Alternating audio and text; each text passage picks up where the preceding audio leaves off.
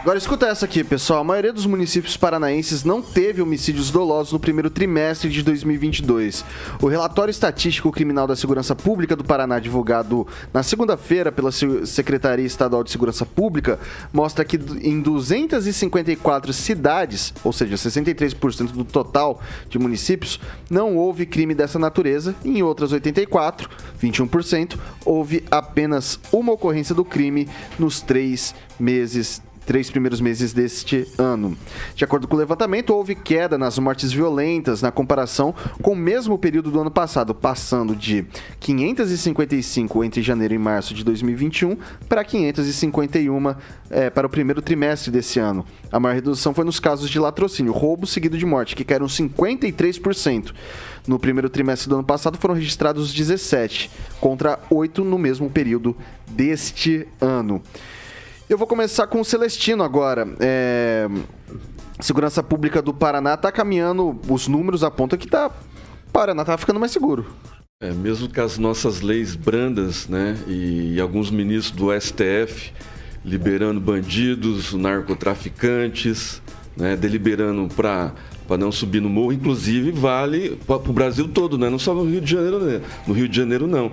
Teve em Curitiba, né? E os policiais tiveram que pedir autorização para entrar, e não é nem morro, né?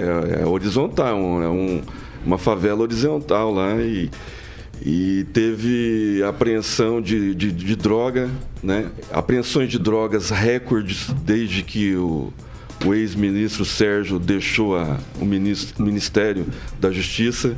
Então, assim, tudo isso contribui, né, para o índice diminutivo de homicídios e latrocínios. Mas é bom salientar que esses dias o prefeito de uma cidade aqui por perto, não estou lembrando agora, por falta de policiamento, ele, que é sargento da polícia, teve que autuar.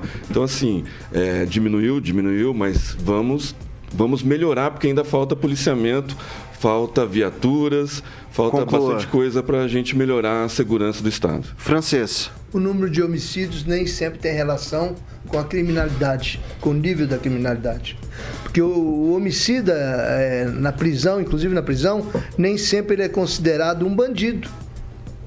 Porque ele é um sujeito que às vezes dá um tiro no outro numa discussão, ou porque estava bêbado, ou porque o outro ofendeu a mulher dele, coisa e tal, né?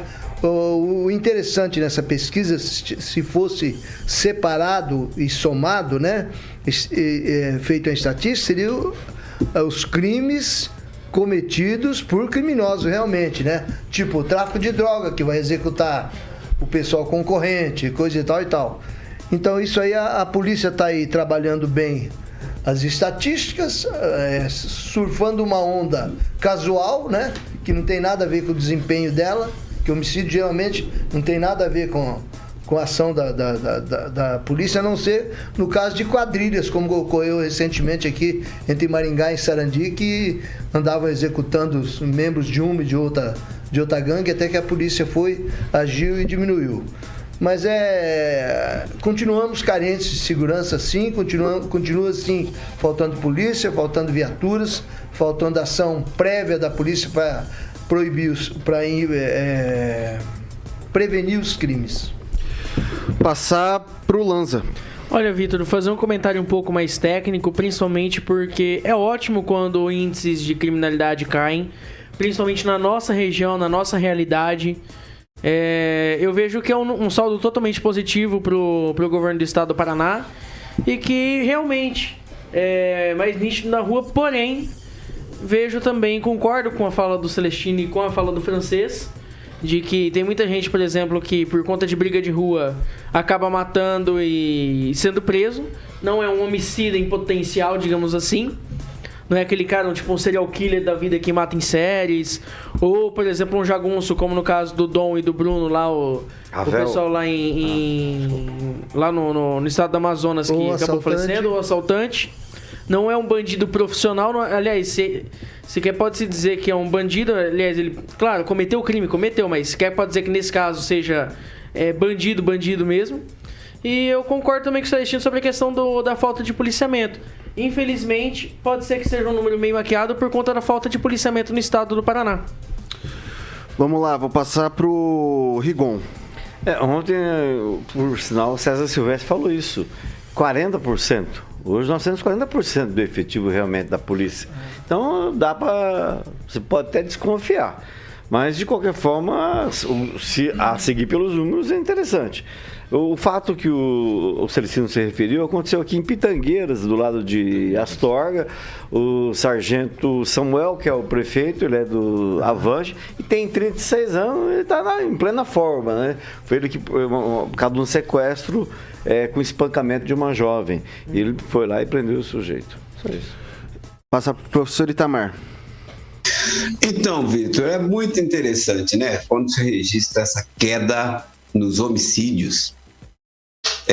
Isso está ocorrendo no Brasil todo, apesar do impulso, né, que certas autoridades têm dado, no caso do STF em particular, têm dado para a criminalidade. Mas essa redução ocorre e aí as pessoas, né, fazem cara de paisagem, né? Não ocorre por acaso. Só na gestão Bolsonaro, mais de 1 milhão de pessoas adquiriram armas. Então, a queda no número de latrocínio, inclusive, se registra muito em função disso. O meliante que pratica o latrocínio, ele está muito precavido, muito cuidadoso, porque o bicho está pegando. Então, assim, onde é que está o argumento da esquerda agora? Olha, aumenta o armamento na mão das pessoas, dos cidadãos de bem, e o número de homicídios cai, o número de mortes violentas em geral caíram, esses números caíram.